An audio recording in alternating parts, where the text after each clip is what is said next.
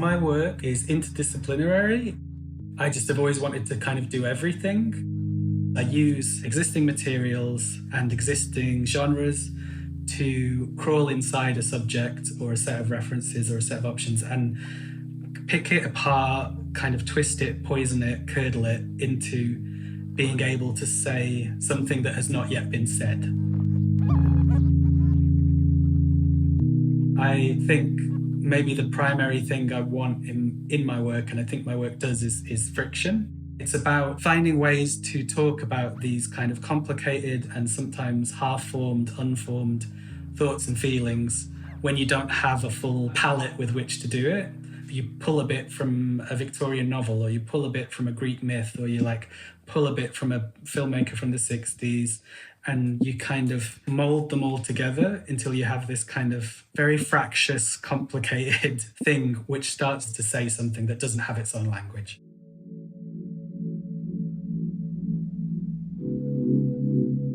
I like working with reference, and it's partly because of I'm just an enthusiastic person about artwork and about other people's artworks. But generally, actually, the stuff I make work about is not stuff I just like. If I like it, I tend to not have that much that I want to do with it. It tends to be stuff that I feel conflicted about, that I want to work with. If I'm doing literary references and these kind of cultural references, it can err on the side of seeming exclusive.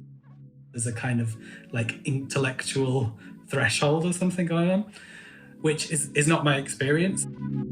I'm not coming to a Victorian novel because I studied Victorian novels at university. I'm coming to it because I found a Wikipedia page. I found that a way to express or contradict that kind of high culture stuff is then to have stuff that is very rough and very amateurish. And I feel like I've got closer to that, as time has gone on.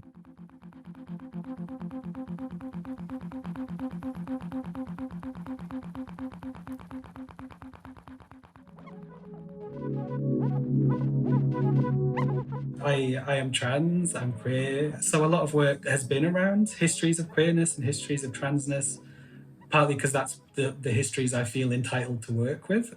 It's like me following the trail to revisit these lineages that I'm part of because of my identity. This is how I've pieced together identity for myself, is from these kind of all these different cultural products. I used to make work that didn't really use myself in it. The time when I really feel like my practice started and I kind of kicked in was when I started just melding something that seems very outside me and something that's very, very intimate to me. Yeah. And when he left, and a few days after he left, I watched The Iron Giant, the Brad Bird animation, and there's a bit where the giant goes, I go, you stay, no following. After I just moved back to the States, and I was like, oh God, it really got me. Was he a partner? Using my image in the work is difficult for me. Also a little bit fascinating for me. The combination of closeness and distance that I feel from myself in various ways. It's risky to not be present and not be in it. And it's risky to be seen and be consumed by viewers. How you balance kind of protection of yourself with also opening yourself up, and the risks and rewards of both those things. The reason I think I keep coming back to it is it just keeps being relevant to the work. In Pastoral Drama, I was thinking a lot about the kind of violence of representation and the risks of visibility. For that work, it was very important to me that I make a film about trans people without ever either showing a trans person or directly talking about trans people. It was really just the same set of thoughts that went into Ashley, except with the polarity reversed, so that it was what happens if I hypercharge it and go the other way and really, really show it?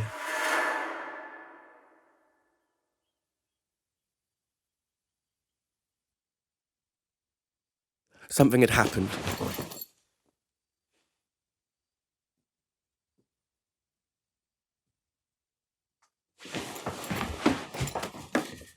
I wouldn't feel comfortable doing the film I want to do with anyone but me. Something had happened to me.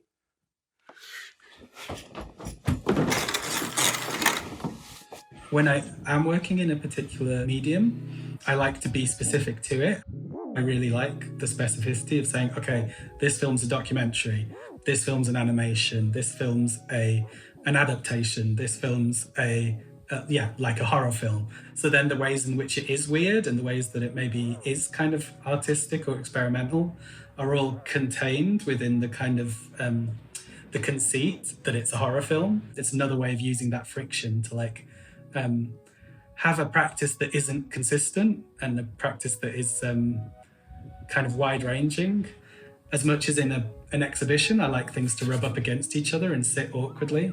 There's also a sense in which I want the whole practice to do that. I like the idea that there are secret harmonies between them that you only see when you see the practice as a whole. To get a full idea of what I'm doing, you have to hold a lot of contrary things together at once. That's how I like to make work. I probably think a lot about the archive and looking back and leaving the trail of works and the trail of versions of myself and the trail of thoughts and kind of where I was, what I was thinking at the time. Being able to kind of look back across those like breadcrumbs and think about the mystery of how much we change. And, you know, there's things I look back and I'm like, oh, I don't relate to that at all. I don't remember even feeling that. I don't remember saying that. But I can see that it's part of what I've left behind me.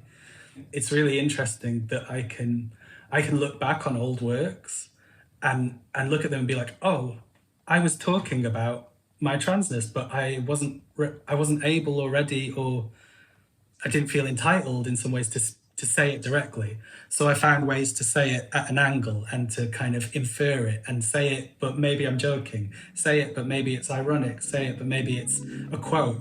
There was something I was just looking back on recently where I'd kind of called myself a woman in the work, but before that was something that I would actually say face to face with a person, before it was something I would even kind of let myself say. There were these works where I was kind of already talking about it and already articulating something. One of the things that an art practice, and for me my art practice does, is let you like test thoughts and let you say things with ambiguity and with nuance and with distance and closeness in all these sorts of ways. For me, making artwork is a way to think that feels most nuanced and generous and capable of having contrasting, difficult things next to each other, capable of saying stuff that you can't verbally or directly access. And that's what I really love about it, and that's why I do it, is because it's the kind of the most appropriate way to think and begin to talk about really kind of inchoate, difficult things.